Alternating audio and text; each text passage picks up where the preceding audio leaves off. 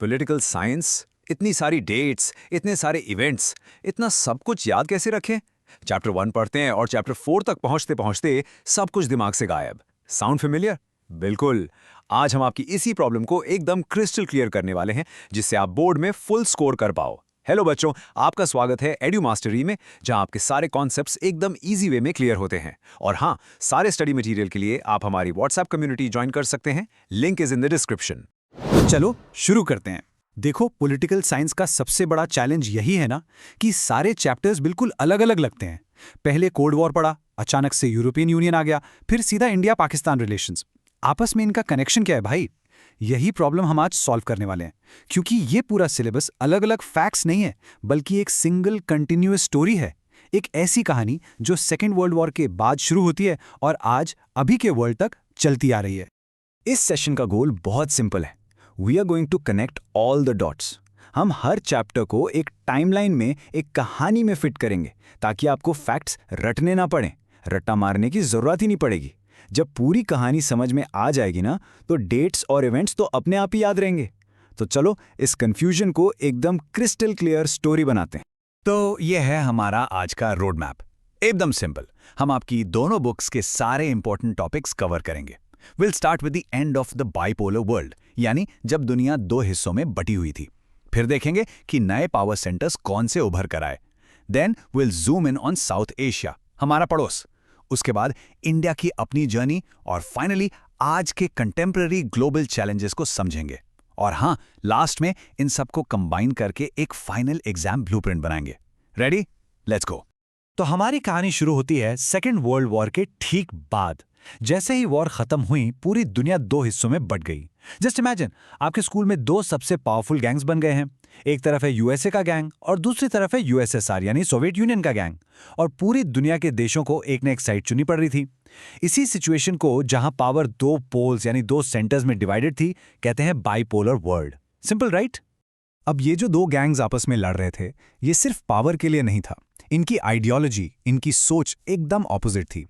USA वाला block, जिसे first world भी कहते थे, वो कैपिटलिज्म और डेमोक्रेसी में बिलीव करता था। यानी प्राइवेट प्रॉपर्टी, फ्री मार्केट, जिसके पास टैलेंट है वो आगे बढ़ेगा, कंपटीशन। वहीं दूसरी तरफ यूएसएसआर का ब्लॉक, जिसे सेकेंड वर्ल्ड कहते थे, वो कम्युनिज्म और सोशलिज्म को मानता था। यहाँ सब कुछ स्टेट यानी गवर्नमेंट के कंट्रोल में होगा, कोई प्राइवेट प्रॉपर्टी नहीं।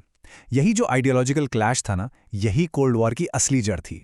और देखो, लगभग 45 साल तक, 45 इयर्स, ये दोनों सुपर पावर्स आमने सामने खड़े रहे। पूरी दुनिया डर के साए में जी रही थी।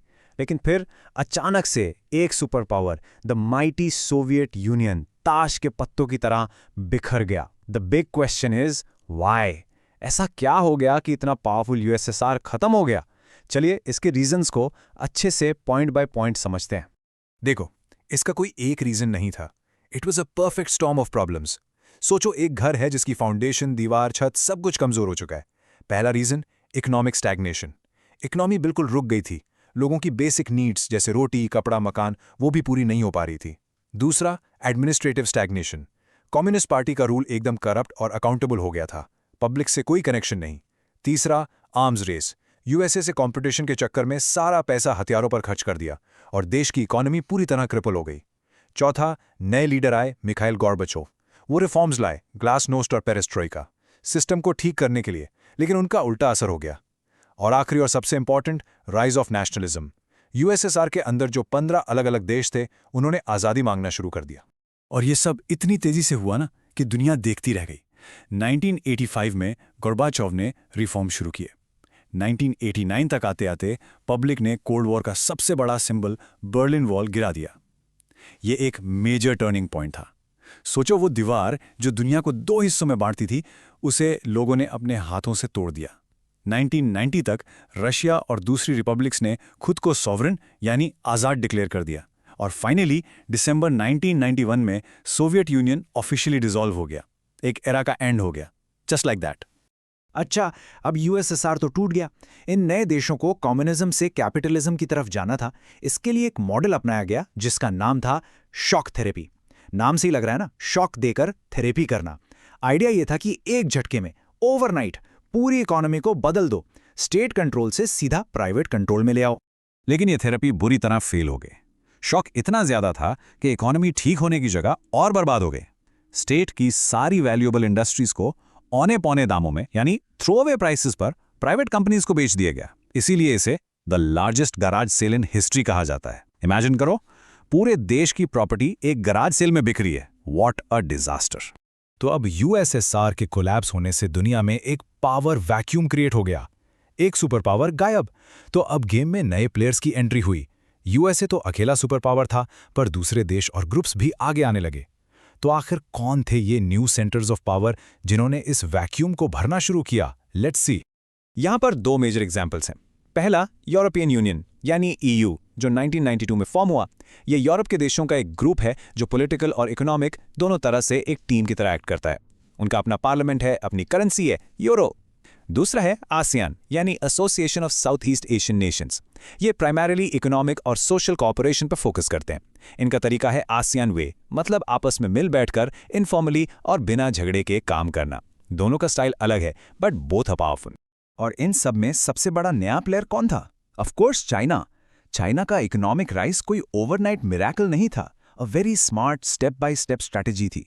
पहले 1972 में यूएसए से दोस्ती करके अपना पॉलिटिकल आइसोलेशन खत्म किया। फिर 1978 में ओपन डोर पॉलिसी लाए, यानी फॉरेन इन्वेस्टमेंट के लिए दरवाजे खोल दिए।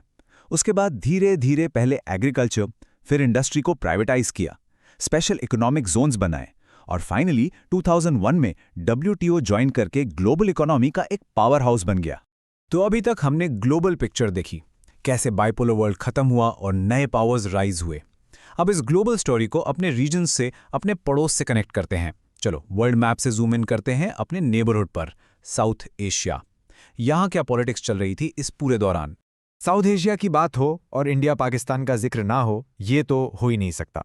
हमारे बीच कॉन्फ्लिक्ट के कुछ कोर इश्यूज हैं जो आज़ादी के टाइम से ही चले आ रहे हैं। सबसे पहले of course the Kashmir dispute. ये दोनों देशों के बीच सबसे बड़ा मुद्दा है। इससे ही जुड़ा हुआ है क्रॉस बॉर्डर टेररिज्म का इशू।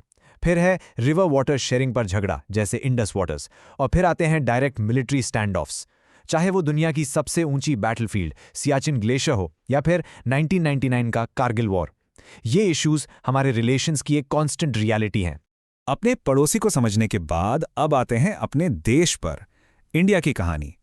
एक तरफ दुनिया कोल्ड वॉर में उलझी हुई थी, दूसरी तरफ 1947 में आज़ाद हुआ इंडिया अपने पैरों पर खड़ा होने की कोशिश कर रहा था। So having looked at the external world, let's now see how India's internal politics was shaped. आज़ादी के पहले 17 साल तक जवाहरलाल नेहरू हमारे प्राइम मिनिस्टर थे।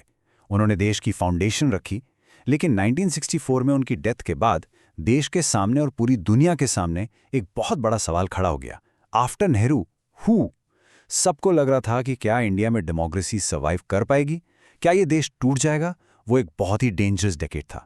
हमने 2 वॉर्स लड़े, 1962 चाइना, 1965 पाकिस्तान। देश में फूड क्राइसिस था और इस सब के बीच लीडरशिप का ट्रांजिशन एक बहुत बड़ा चैलेंज था, जिसने कांग्रेस पार्टी के डोमिनेंस को पहली बार सीरियसली टेस्ट किया।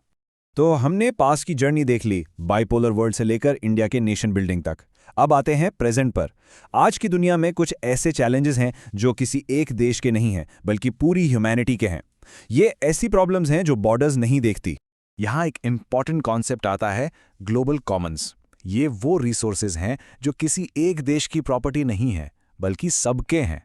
हमारा कॉमन हेरिटेज, जैसे हमारा एटमॉस्फेयर, आउटर स्पेस, एंटार्क्टिका या समुद्र का फ्लोर। अब सिंपल सी बात है, इन पर जो भी असर पड़ता है, जैसे पोल्यूशन या क्लाइमेट चेंज, वो सबको झेलना पड़ता है। इसीलिए इन रिसोर्सेज को बचाना और मैनेज करना एक ग्लोबल पॉलिटिकल इशू बन जाता है।